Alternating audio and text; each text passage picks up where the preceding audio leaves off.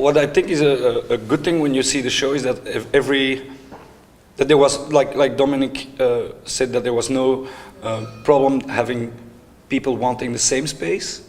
That for Inigo it was clear that it would be that central space. For Jill it was that corner. We immediately went for the window. We came in and we said, oh, if we do something here, we do the window, and we do the whole thing.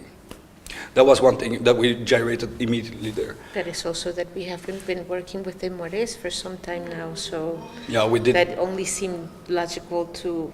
Because we did a big one in Chicago at Monique Melor, then we did last year, this year, we did a large one in Tokyo at Wako Works of Art. And then we did some pieces that are not in situ with moires. There is some vitrines that we covered with colored patterns that would then seem as if they're falling down, and then we did some really object wall work that are two-color moires. In the case of this piece here, it's not wanting to be a showcase, but by doing this piece, what we did here, what we didn't do before, is that we used the inside and the outside of a pretty thick double glass. So there's 3 types of moires going on here. So first you have the circular ones. They're nearly static. They're already offset as a moire. They're already acting as a moire even when you're standing still. Now the diagonal lines, because of the depth of the window, they're positioned exactly on top of each other when you look frontally, but depending on how close or how far you are from that window, there will be kind of a frontally from the inside you will see white, and then you will create a kind of a wave. Depending on how close you are, how far you are, you will create a wave of seeing white, white, yellow, white, white, yellow. That is also the movement of the viewer that activates that part of that moire. But that's not a static one, that's a slow one. Yeah. And then there's a very active one that happens when you see the window that's on the cafe side and the one that's in the main space. There's several ones that happen. There's the one that happened because of the diagonal lines that are in one direction in the main space and in another direction in the cafe space. That one gives a very active moire that moves against the direction of the movement of the person that's looking at it. They kind of, and they activate the space. They make it look as if it goes faster or something, that space-time goes faster or something. And then you have the complications with the circular ones that are on both windows and with the diagonal ones. So there's, depending on how far the viewer wants to go, he can just look at a piece that is about light for a couple of reasons. One, because you have the inside-outside situation, that you have daylight and the light from inside, but as well the use of the colors in this case. The use of the yellow and the white that are two pseudo-scientific representations of what light could be. It's like in a graphic way, the yellow is normally the common color that is used to represent the sun, and the white is a color that reflects every color. So those are like two, like the one that is like the one that is used to represent, and the one that is scientifically correct. Yeah. So on different levels it works with the idea of light, and exactly the description or the scientific description of a moire would be the discrepancy between the pale and the dark zone. And that's where the action happens. Yeah.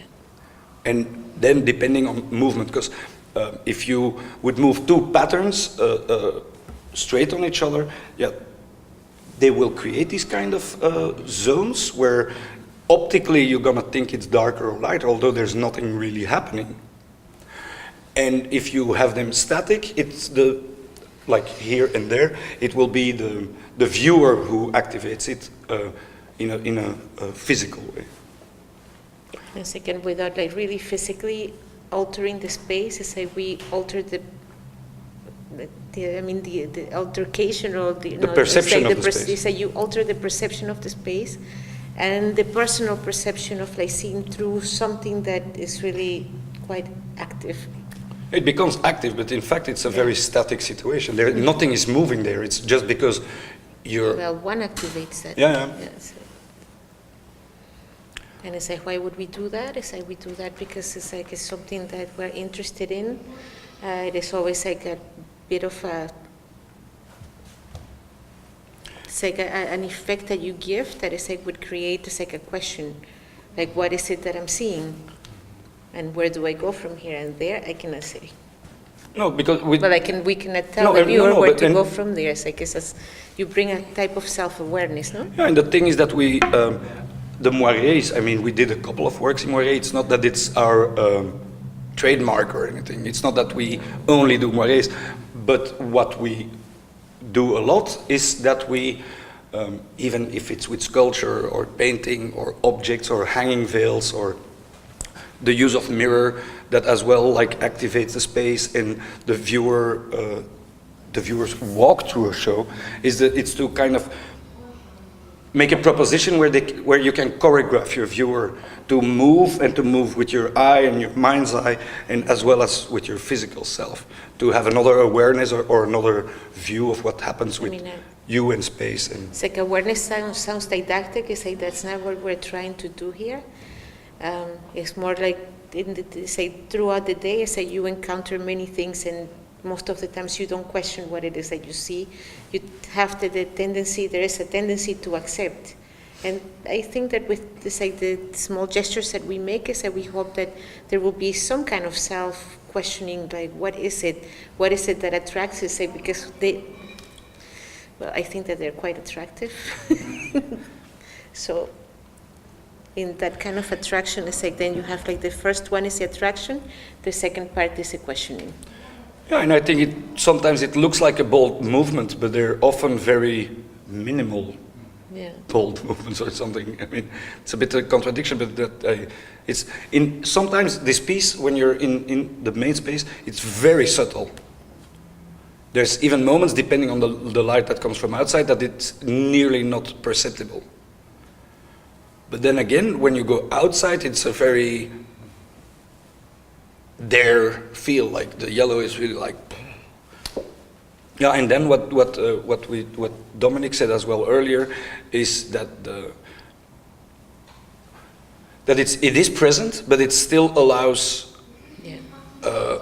the building to transpire and to go back inside and outside with your view, depending on where you're going to focus or how you want to look at it, or the light that falls on it. And what I meant to say is like, we didn't go ahead and drill holes in the wall to make somebody aware that there is a wall there. I mean,